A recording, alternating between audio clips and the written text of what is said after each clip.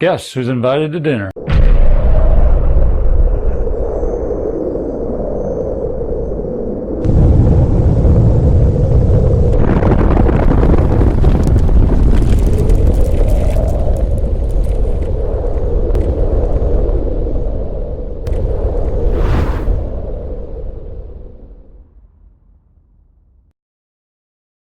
Well, folks, another pageant has come and gone.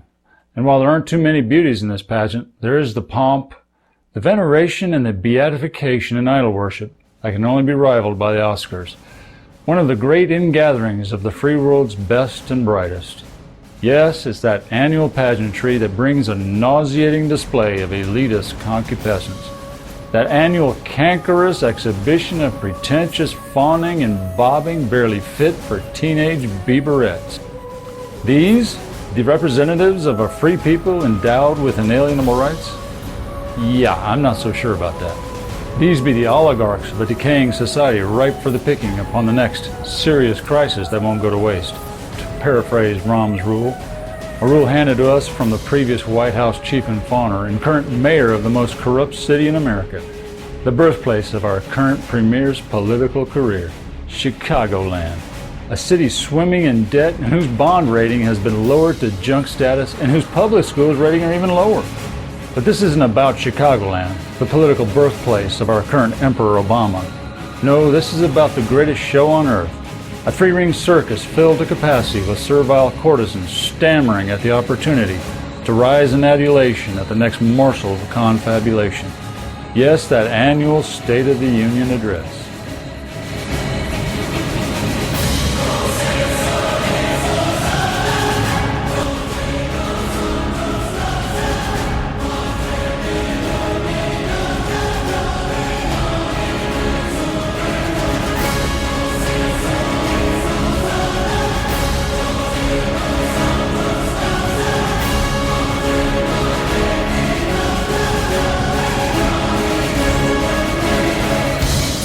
And as Kevin Williamson once noted, the annual State of the Union pageant is a hideous, dispiriting, un-American, un-Republican, anti-democratic, wretch-inducing, shameful, crypto-imperial display of official self-aggrandizement and piteous toadying.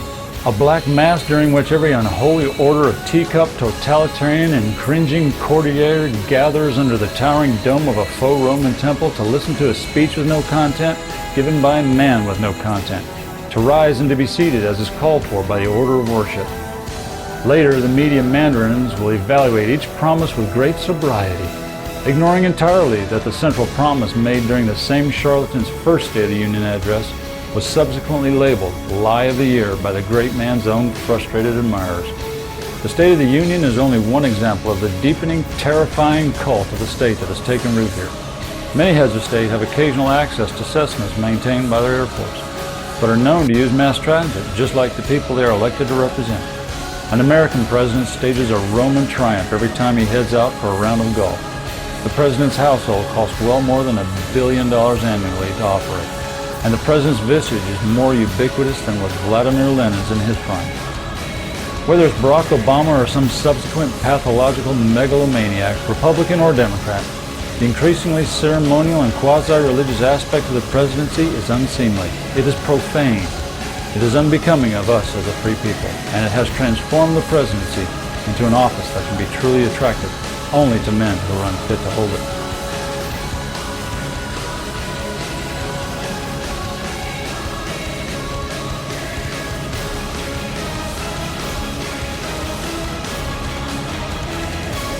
Storytime with Obama is his chance to paint his very own fantasia and present it to a sleepy American audience.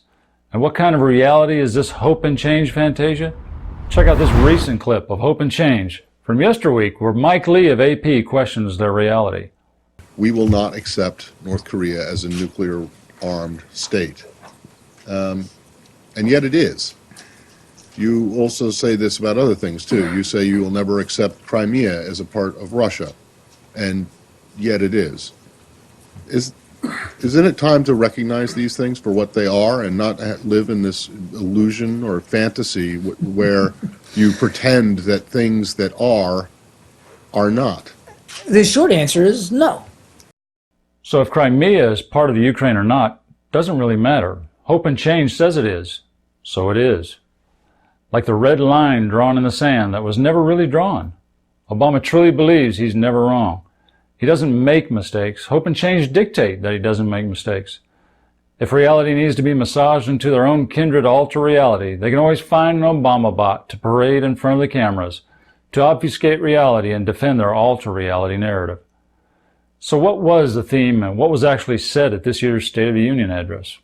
Well, first of all, does anybody really care? I sure as hell didn't watch it. I mean, does anybody really care besides Chris Thrill-Up-My-Leg Matthews and his colleagues?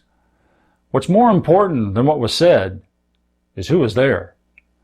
It's not just the contentless bloviating that makes this pageant so nauseating, but the guests of honor invited by the party whose greatest contributions to American society have been the genocide of 7,000, the continuance of slavery, secession and the subsequent Civil War, segregation, Dred Scott, Jim Crow, the KKK, and so many more lovely contributions.